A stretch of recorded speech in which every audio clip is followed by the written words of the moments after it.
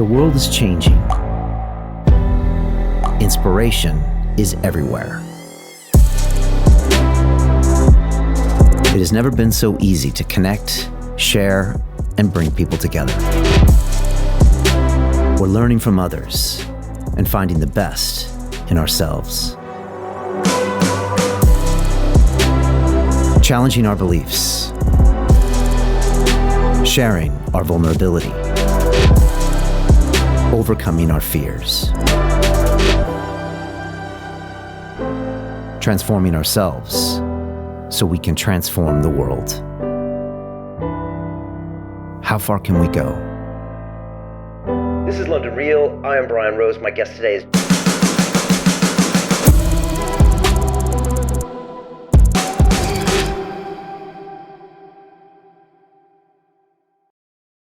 This is London Real. I am Brian Rose. My guest today is David Icke, the English writer, broadcaster, and public speaker, known since the 1990s as a professional conspiracy researcher, calling yourself a full-time investigator into who and what is really controlling the world. You are the author of 22 books and have lectured in over 25 countries, speaking live for up to 10 hours to huge audiences, filling stadiums like Wembley Arena. You are here for the 5th time this year to talk about the COVID-19 pandemic and global lockdown, the imposition and acquiescence of mandatory face masks, the blatant and unethical digital censorship of information, the looming mandatory vaccine agenda, and the upcoming transhumanism and artificial intelligence takeover. Your new book, The Answer, reveals the global power structures that run the world and how we can free ourselves of the illusions that control human society. David, welcome back to London Real. Thank you, Brian. Great to have you back. Before we start, I want just to announce that we are streaming on our brand new Digital Freedom platform, which is a censorship-free independent broadcasting system that is of the people, by the people, and for the people, and available exclusively on our website at freedomplatform.tv. Can everyone watching us now please share this link via the sidebar to any and all of your social media channels? Let me repeat that. Can everyone watching now please share this link via the sidebar to any and all of your social media channels? This is important. Simply ask your friends and family to give us 15 minutes and then they can decide. For our last conversation, Rose Icke Ford, nearly 75% of our viewers came from other people sharing this episode link. So please share this now to all of your contacts and platforms. David, I pledge to you and everyone watching us that none of this conversation will be edited, censored, removed, or banned, and that anyone in the world can watch the full version of this episode free at freedomplatform.tv/Icke, thanks to the generous donations of over 34,000 people around the world that we affectionately call the London Real Army. For anybody wanting to become a founding member of the Digital Freedom Platform, they can visit freedomplatform.tv/give to donate and fight with us on the front lines to protect our human rights. Here at London Real, we've been a platform for free speech since 2011. And David, I'm excited to have you here today. I want to begin by bringing everyone up to speed on the recent events and our 4 previous conversations in 2020. On March 18th, we sat down and broadcast Rose Icke 1, our first conversation of the year, where I asked you to make sense of the early days of the coronavirus pandemic and global market crash as the UK was not yet on total lockdown. In this conversation, you spoke about COVID-19 and your concept of problem, reaction, solution. You questioned the motives of the World Health Organization, and you warned of a looming Hunger Games society. This episode immediately went viral and was watched over 10 million times by people from around the world who were keen to listen to a different narrative than that of the mainstream media and governments. Then, on April 6th, we broadcast our second conversation of 2020, Rose Icke 2, that became the second largest YouTube live stream in the world that day, only behind that of the President of the United States, Donald Trump. With 65,000 concurrent viewers, nearly 4 times the previous live stream, this episode was expected to reach 40 million views, making it the largest video podcast in human history. In that conversation, you described the COVID-19 misdiagnosis and the misclassifications of deaths, dangerous 5G technology rollouts, the upcoming vaccine agenda, economic totalitarianism, and the weaponization of fear. Unfortunately, just 30 minutes later, while you were still at our studios, the entire live stream episode was deleted and banned on YouTube with no explanation and no communication to us. 24 hours later, after the BBC broke the news, our representatives at YouTube accused you of being a quote-unquote COVID-19 denier and subsequently deleted and banned an additional 50 of your videos and my personal vlogs from YouTube. Next, Instagram, Facebook, and Dropbox all followed suit by deleting and banning our videos, and then London Real was completely deplatformed from LinkedIn and Vimeo without explanation. But we fought back and continued to host both episodes, Rose Icke 1 and Rose Icke 2, on our website to tens of millions of viewers, and we still do, despite sustaining multiple highly sophisticated malicious attacks to our technology platforms. Around the same time, David, you were completely deplatformed from both Facebook and YouTube for producing, quote, health misinformation that could cause physical harm. Of course, we all know that if this policy was universally applied, all of mainstream media and most of governments would have been deplatformed long ago. Next, the UK regulator Ofcom, who is controversially also in charge of issuing 5G licenses in this country, censored the broadcast of Rose Icke 1 on the television channel London Live. Ofcom said it, quote, risked causing significant harm to viewers. At this point, we had had enough and decided we could no longer rely on the third party for live stream broadcasting, nor accept the imposition of their agendas on our editorial policy. As I've said before, David, we're not here to take part, we're here to take over. So we began crowdfunding our digital freedom platform, which has now raised over $1.3 million worldwide from over 34,000 members of the London Real Army, fighting for our most basic human right, freedom of speech. This has been an unbelievable vote of confidence in our fight against the tyranny of censorship. On May 3rd, we successfully live broadcast Rose Icke 3 on this brand new digital freedom platform to over 1.366 million unique viewers, making it the biggest live stream of a conversation in human history and a tremendous victory over the dark forces of censorship and oppression. 6 weeks later, on June 14th, we broadcast Rose Icke 4, where we found ourselves in a brand new world order. The media and government agenda had changed 180 degrees from COVID-19 pandemic and global lockdown to riots and protests surrounding the Black Lives Matter movement, their unidentified fundraisers, and their ulterior motives. We witnessed anger, violence, the tearing down of monuments, and calls to defund the police across the USA and throughout the world. Which brings us to today and the broadcast of Rose Icke 5, where the world has gone a major shift. Once again, we're seeing a massive spike in newly reported COVID-19 cases in America, Brazil, and Asia. Meanwhile, in Europe, it's preparing itself for another total lockdown, with my sources inside the government indicating that France, Germany, and the UK will soon completely seal off its borders. We've also seen the imposition of mandatory face masks required everywhere from public transport to shops, even schools. We soon expect masks to be required outdoors in most major countries around the world. Meanwhile, Moderna, the pharmaceutical company with ties to Bill Gates and Anthony Fauci, is conducting phase 3 human clinical trials on a coronavirus vaccine with dangerous side effects, yet they continue to pour billions of dollars of citizen taxpayer money into these treatments. We see lawlessness taking place in major American cities, while police forces are powerless to act because of budget cuts or even worse, their own criminal prosecution for defending the law. David, the world is approaching a state of complete Armageddon. We desperately need the answer from you today. Before I start, I want to ask again for everybody watching this to please take a few seconds and share this link now via the sidebar to any and all of your social media channels. Simply ask your friends and family to give us 15 minutes and they can decide. David, as I mentioned before, the past 5 months have been some of the most challenging in my entire life. My reputation has been questioned in the press. My business is under threat. My basic human right to express myself is being denied every single day. But this has also been the most empowering time of my life, with millions of people from around the world rising up and voicing their support for our movement. As a result, I've never been so steadfast in my convictions to fight for the basic fundamental right to freedom of speech and freedom of the press. And that is why we are here broadcasting today. David, thank you for your 30 years of tireless work and for your own conviction to fight on. As I've said before, I might not agree with everything you say, but I will defend to the death your right to say it. So, where do we begin? Perhaps we start with our location. We are not at London Real Studios, David. We are on the Isle of Wight, your home, because you refuse to acquiesce, to kowtow, to comply with government requests for you to wear a face mask on the ferry trip to London. Why, David? Well, I've refused to acquiesce to any of the diktats since this started. When they pushed in the lockdown and said in Britain you can only go out once a day, I went out when I wanted. And I said, indeed in one of our interviews, if the authorities want to come to me, people in uniform want to come to me and give me a credible explanation for why going out once a day and going near no one, and going out 10 times a day and going near no one, can possibly be more harmful to anyone 10 times than one, then I might consider acquiescing to their or agreeing to their ludicrous rule. But no one ever knocked my door. And as I've traveled around England, mainland England, in the last few weeks, I've refused to give my name and details in track and trace to anybody.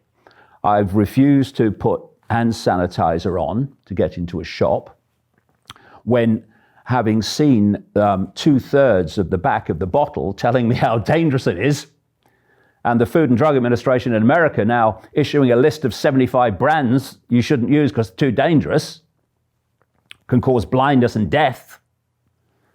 So I've not acquiesced to that. And I certainly wasn't going to acquiesce to the mask.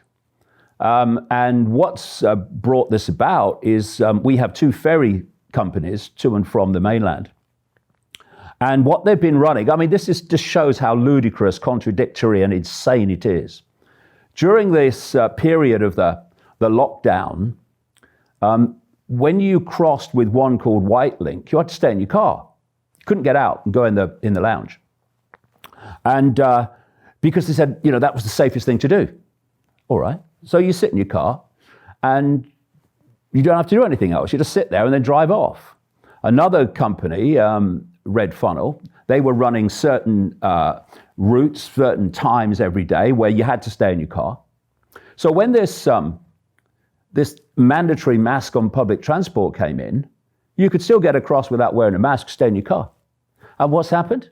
The 2 ferry companies have just stopped staying in your car, which is supposed to be, they've been telling us through the lockdown, the safest thing to do. Now you have to get out into the lounge and wear a mask.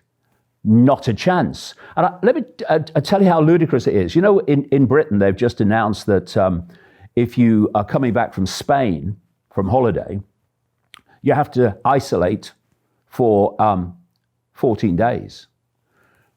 The White Link Ferry Company, I did the other one, but the White Link Ferry Company has just said, if you're returning to the Isle of Wight from a holiday in Spain, you must tell us because we're going to make sure you have to stay in your car. So hold on a minute. So you're saying, because it's more dangerous coming back from Spain, yeah, they have to stay in their car.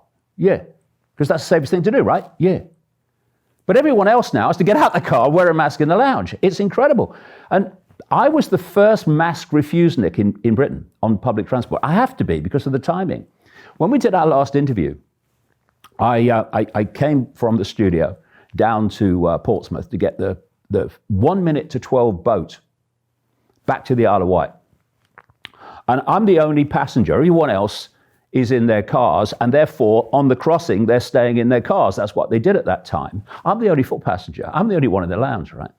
So it's a minute to midnight, and the rule, mask on public transport, including ferries, came in at midnight. So I'm standing there, and I watch all these people walk off, passengers. No masks, because it's not yet midnight. So we've got this extraordinarily stupid virus that attacks you by, the time of day and the date on the calendar. So they walk off, and I go to walk on. And they said, no, you got to wear a mask. I said, first of all, it's not midnight yet, so you can't enforce that. So I walked on, and I walk up into the lounge. This is quite a big ferry, this one. There's no one else to be seen, just little me. And they actually gave me a mask, and I took it with me because it was a bit of a trophy, the first mask to be issued. And about halfway across, because the ferry left, halfway across, captain comes down from the bridge and she said, I just want to talk to you about the mask. I said, okay, yeah, go on. He was a nice chap. He said, I can understand, he said, why you won't wear a mask when you're the only person in the lounge, right? But he said, when we get the other side, would you put the mask on just to walk off the ship? I said, to walk off the ship, past all those people sitting in their cars when I'm the only passenger. You must be joking, mate. Of course I'm not going to wear a bloody mask. And I walked off the ship without a mask. But then they kicked in this, you can't stay in your car. You must have a mask on the ship. And at that point, I said, okay, I'm staying on the Isle of Wight then. And I will not acquiesce. I have my food delivered now. There are shops on the Isle of Wight that are intelligent enough not to push this stuff. And so you can go in without a mask and get some stuff. But you see, two things. Given what I'm doing and what I've been doing for 30 years, and part of that is encouraging people not to acquiesce to the impositions by authority and the deletions of freedom. You know, I'm not someone who says, oh no, I'm not going to follow this law, I'm not going to follow that law. I look at it and I say, well, okay, is it justified? And if it's justified, that's fair enough. I'll go with that. But when you are imposing things, not for anyone's health, and we'll get into this, but purely for means of control and behavior modification, which is what this is really all about. It's not being driven by health. It's not being driven by doctors. It's been driven by psychologists. You know, there's a lady in Britain called Professor Susan Icke. And she is one of these scientific advisors to the government. Goodness knows why. She's also a member of the Communist Party of Great Britain, appropriately, I would say, given this is all about bringing in forms of Marxism. And she's been pushing this mandatory mask agenda. Well, she's not a professor of health. She's a professor of psychology. And that's what's driving this. So when I look at this mask situation and I say, I can see that this is not about health, this is about control. And it's about changing the nature of human behavior. And also destroying the sense of individuality. Because what they want with this AI connection to the human brain, which they're talking about and want to bring in around 2030 is the year they've been giving. They want to create a hive human mind where basically you're just a computer terminal with no real individuality. And one of the stepping stones to this is to put masks on people's face. And your individuality's gone. Your humanity's gone. I was on a radio show the other day, and I said to the host, you know, I wonder how many people have walked past people they know when they're in a mask and haven't recognized them. And the host said, it happened to me today. So you're driving people apart, and it's about behavior modification. So I'm someone who's been exposing this for 30 years and encouraging people to not acquiesce with their own enslavement. So there's no way I'm going to acquiesce with my own enslavement. I mean, what credibility would that be? So I'm not doing any of it. And, you know, if they keep coming towards me with more and more impositions to the point where, and it is the agenda, if they think they can get away with it, they'll go for it. It's in the script that everyone has to wear a mask outside their home. In fact, there are lunatics in authority in places like Florida who are telling people to wear masks in their own home if someone's there that's not usually there. But if they do that, if they say you can't leave your home without wearing a mask, well, obviously, I'm going to leave my home because I'm not going to be put under house arrest by a bunch of psychopaths and idiots, which is the combination that's doing this. So I will go out and I won't wear a mask. And what happens then happens. If they fine me, I won't pay the fine. Well, we'll put you in jail. Well, go ahead, because I ain't acquiescing to you. Because I do understand, Brian, I completely understand why people look at this situation with the masks and they say, I know it's nonsense. I know why they're doing it. But I've got to get to work to feed my family. I've got to do this to feed my family. Completely understand that. And I'm not saying because I'm doing it that everyone else should do it and you're all wrong if you don't do what I'm doing. I'm not saying that. I'm saying my personal choice for two reasons. A, if I'm encouraging people not to acquiesce with their own enslavement, then the last thing I need to do is do it, or ever would. And secondly, I'm doing it for my own self-respect. You know, some psychopaths in the shadows, through idiots in government, are going to tell me I have to wear a face nappy or a face diaper, as you would say in America. What? Not a chance. You know, I put something on the internet this week, a picture of Boris Johnson, the Prime Minister, and Matt Hancock, the Health Secretary, neither of which know anything about health at all. They're just reading the script. They're just spectators, really. But it's quite a thought that these two people who, in terms of understanding what's going on, don't have two brain cells to rub together, they announce something that people have to do, this pair of brats, and tens of millions do it. Well, where do you think that's going to end with that scale of acquiescence? So what I'm saying is, I do understand why people acquiesce, because they've got to feed their families and all that. I understand that. I'm not condemning. But I have to say this. If we don't stop acquiescing with our own enslavement, like now, then it doesn't bear thinking where this is going. And the longer we leave it, the more extreme it's going to be, and the more there is going to be to turn around in a much more extreme situation of dealing with it.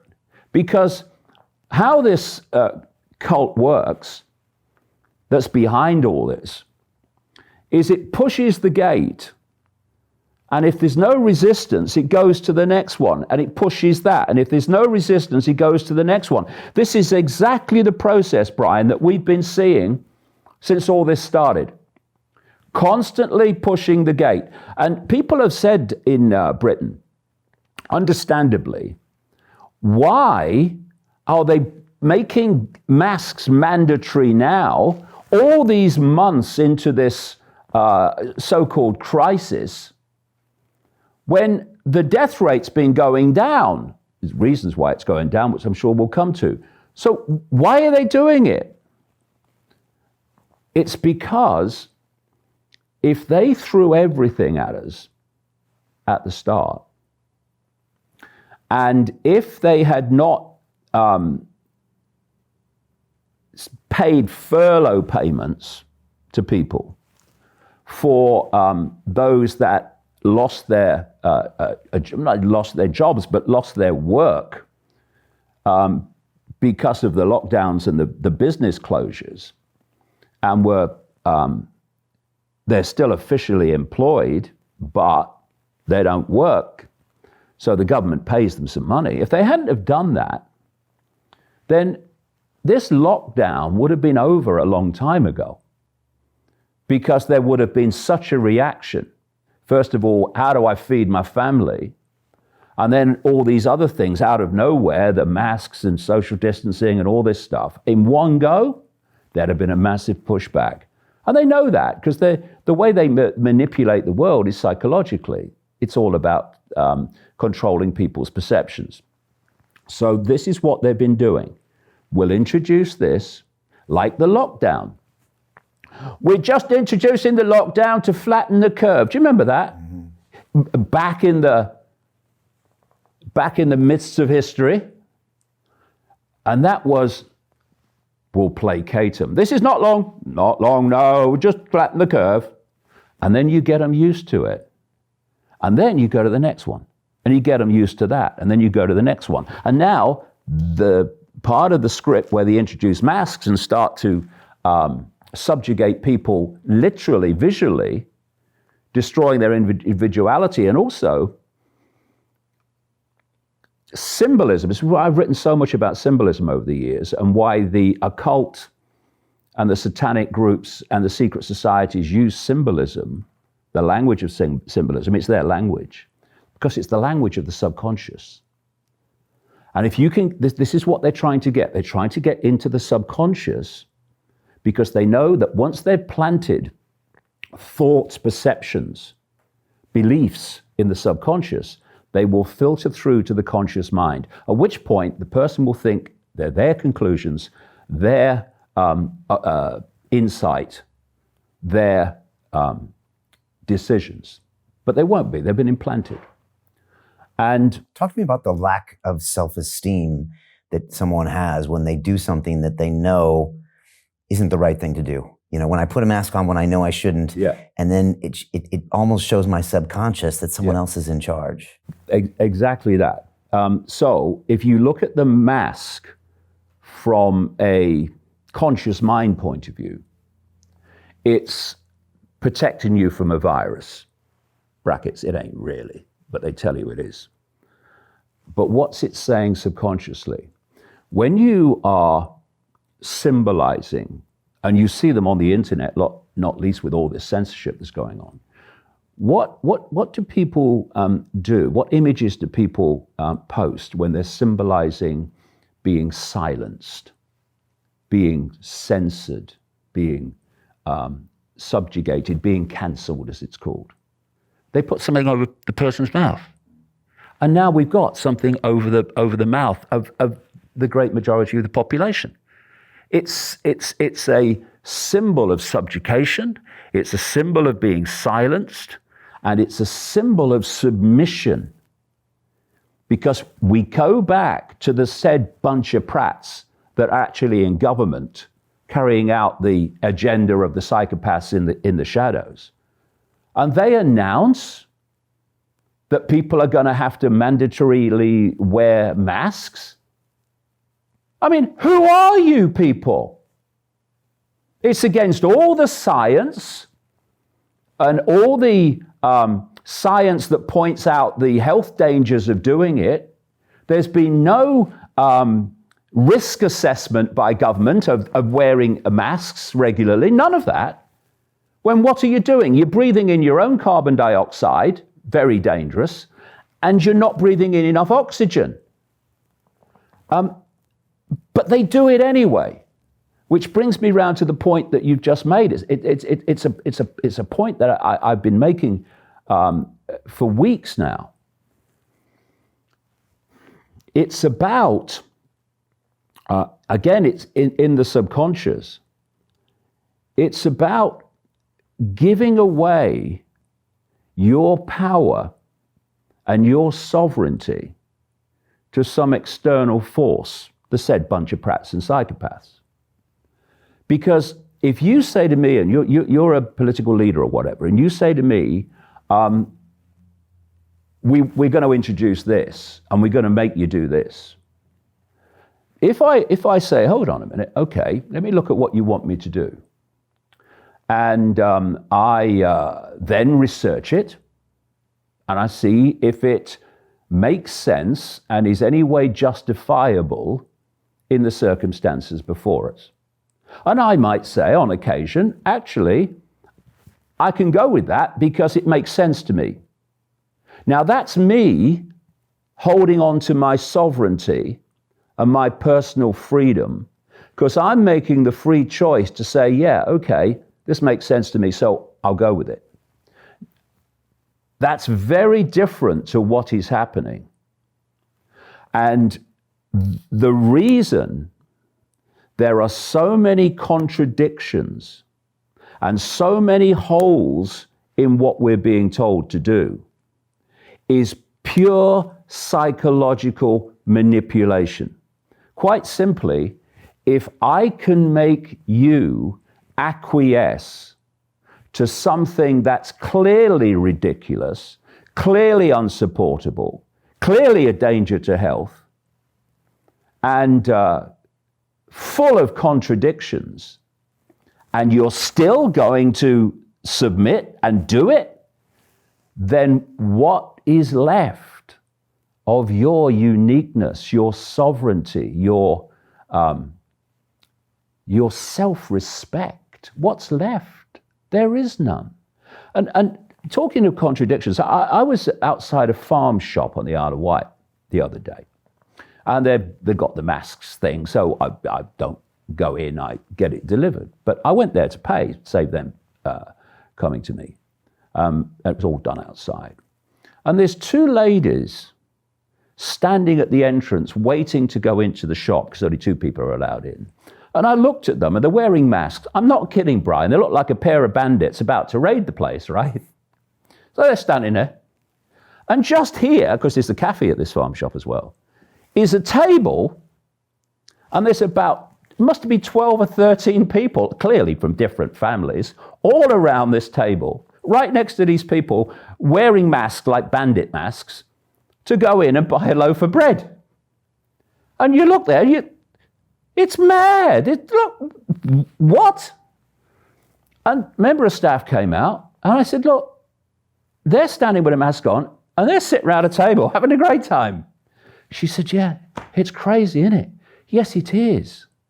So why are we acquiescing to it? Because when we do acquiesce to that level of crazy, we are submitting our uniqueness and our sovereignty and our self-respect almost completely. And I refuse to do it. I won't do it. I'll go to jail first before I'll do it. We'll see where we go from here. Do you think more people should refuse to do it? Because otherwise, how will we ever make a change? It can't just be you. Exactly. Well, let me give you a very good example of what I'm talking about. You see, if one person does something, they can pick them off and target them. They could do that to me. I look forward to it. But when very large numbers of people do it together, you see where the real power is. And it's not with these people in government and the psychopaths behind them. And I'll give you a wonderful example. A few weeks ago, on a very hot day, thousands of people, you remember it, thousands of people headed for the beaches. And there's so many people on the beaches, social distancing, forget it, mate, no chance. So everyone's sitting there having a good time. And what do these people tell you is the quickest way to kill a virus, even if you believe in it, and I certainly don't? It's sunlight. So the authorities should be saying, oh, they're out in the sun, that's great. Oh no, put a mask on, stay at home. Anyway, all these people are on the beach, and the authorities issued an emergency alert because of what was happening. These people in their thousands are on the beach and they're not social distancing. This is a major alert. All right, major alert, people. So what are you going to do about it? Well, there's nothing we can do, is there? There's thousands of people on the beach and they won't cooperate. Exactly. What if those thousands of people refuse to wear masks in shops? In shops in Britain, by the way, where the shop staff don't have to. And you can go into a bar without a mask. That's not a problem. But you can't go into a shop. What am I describing? All these contradictions. And if you go with the contradictions, even though it's ludicrous, you are giving away your power on a monumental scale, because you are simply doing what you are told, no matter what you are told. And if people would just refuse to do it, okay, you're traveling on a train. Okay, so people in the carriage refuse to wear masks. What are they going to do? What's the guard going to do? Are you going to call the police when the train arrives at the station? Well, you've seen how many people they're going to have to arrest. They won't bother with that. It's a matter of doing it in numbers, and to start that rolling, someone's got to start it. Because then we'll see where the power is, and it's not with the authorities. You see, what this government did, and this applies to the world. I'm talking about Britain now, but this applies to the world. What this government did with this mask, mandatory mask in shops, they said, the shops don't have to police this, although some of the big ones like Tesco's are doing that, which is why they'll never get a penny of my money again as long as I live. But it's the police that have to do it. Okay, so let's look at all the shops in Britain, in fact, all the shops on the Isle of Wight, come to that, and let's compare it with the number of police officers, right? It's unenforceable. But what are they doing? They are relying on the fact that people will do it anyway. And that's what's happened. And what I'm saying is, if you stopped doing it and refused to do it in numbers, then the next gate couldn't be pushed because they can't get through this one yet. And if we don't start doing this, and I know, people are frightened of authority, they're frightened of challenging authority and not obeying authority, because that's what we're programmed purposely to do. You come out of the womb and very soon you're sitting at a desk and an authority figure is telling you what you can do and can't do, when you can eat, when you can talk, when you can go to the toilet, and all these other things that happen once you enter the school system. So, and then there are punishments and rewards for obeying authority or not obeying authority all the way through your formative years, because they are preparing you for life to be acquiescent to authority and to fear challenging authority. I never learned that one. I must have missed that meeting. And so I know because of this that people are reticent. But all I can tell you is,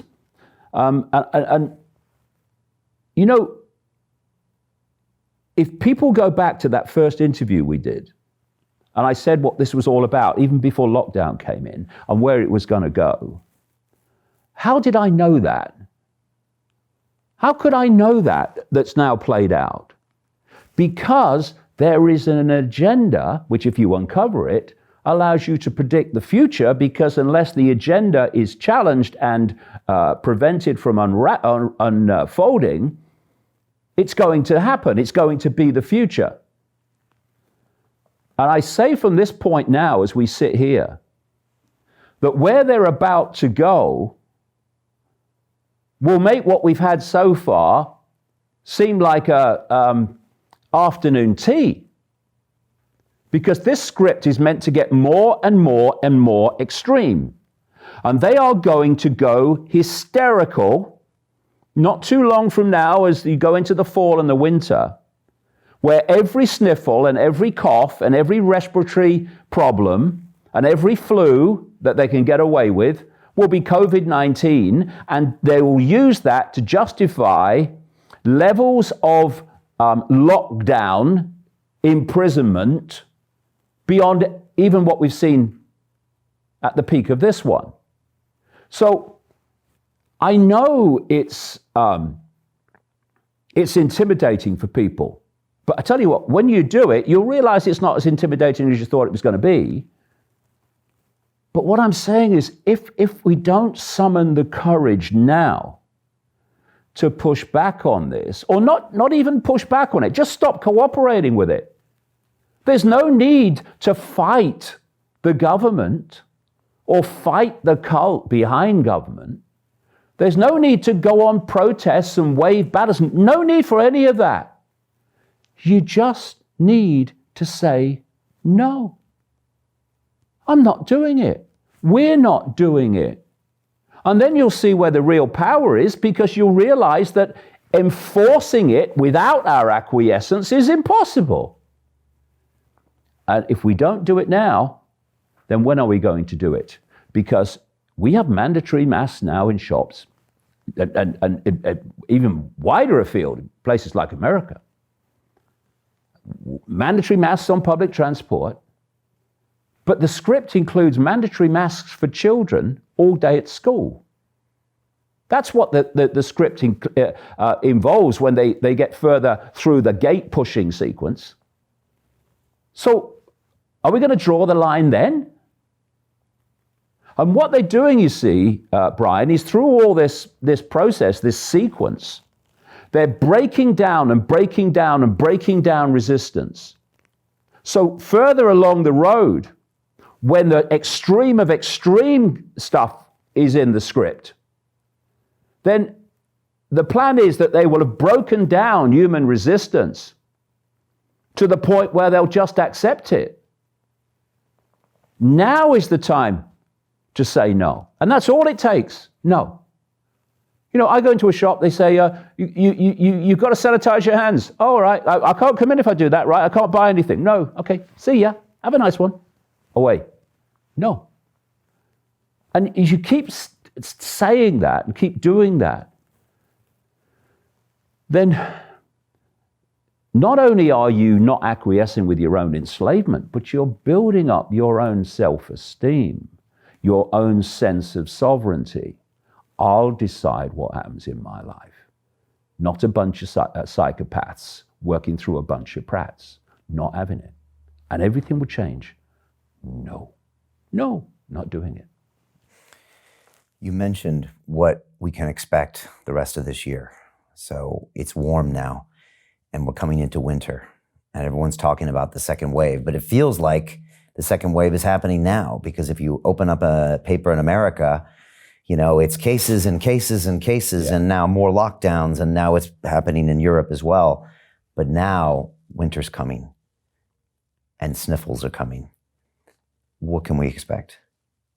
You hit the right word, cases. On my website, davidicke.com, there's a 16-minute animated film that I've done with an animation company, which explains how this whole pandemic hoax was played. And we talked about it before. It's worth just briefly going through it again to get into the subject you've raised. At no point has the virus they're calling SARS-CoV-2, leading to the disease they're calling COVID-19, at no point has that virus been isolated and purified and shown to exist. And they've had a very, very long time now to prove it. After I've been challenging it, Dr. Andrew Kaufman and others have been challenging it and saying, show us the papers, show us the studies. Nowhere have they been shown. But some people have come out and said, oh, he has been isolated, this paper says so. I want to explain how they say that a virus they've never isolated and shown to exist is causing this disease called COVID-19. And this is a process that's been going on since the 1950s. They take genetic material from a diseased person or diseased animal, and they put it in their dish that they work with. And they take the cells from that genetic material and they starve them of nutrients. This is all part of the process. They starve them of nutrients. How do you think that's going to work out? I mean, you know, I don't have a degree in medicine, but, you know, I do have a smear of intelligence. How do you think that's going to work out? So then they want to get rid of the bacteria, so they add antibiotics to the dish and other things, right? So what happens then is the cells start to decay. And they say those cells are decaying because of a virus. The virus we've never shown to exist, only assume. To continue watching the rest of the episode for free, visit our website londonreal.tv or click the link in the description below. Hi, it's Brian Rose from London Real. You probably know that we've just recently been re-platformed on YouTube after 25 months completely in the dark. The truth is, I really need your help. What I really need you to do is click on that subscribe button right now, like this video, and maybe even leave a comment or share the link with friends. We're really fighting against an algorithm that's tried to keep us quiet for so long. And the more subscribers we have, the more people watch our content, the better guests we can bring you, the better content, and we can continue transforming lives. We've been doing this for 14 years now. I want to do this for another 14 years, but I really need your help. So click on that subscribe button, like the video, leave a comment, share this, and we're going to continue to bring you more and more great content. Thank you. Most people will never see this opportunity. Dubai luxury transformation projects have historically delivered 40 to 90% annual returns. That is incredible. These were once reserved only for insiders with access. I spent 15 years on Wall Street and I learned this: the biggest returns always go to the people who get the call first. Now, you finally can. We've just received a brand new project with major upside potential. Allocations move fast. Click the link, apply now, and speak to my team. This is your chance to see what others never will.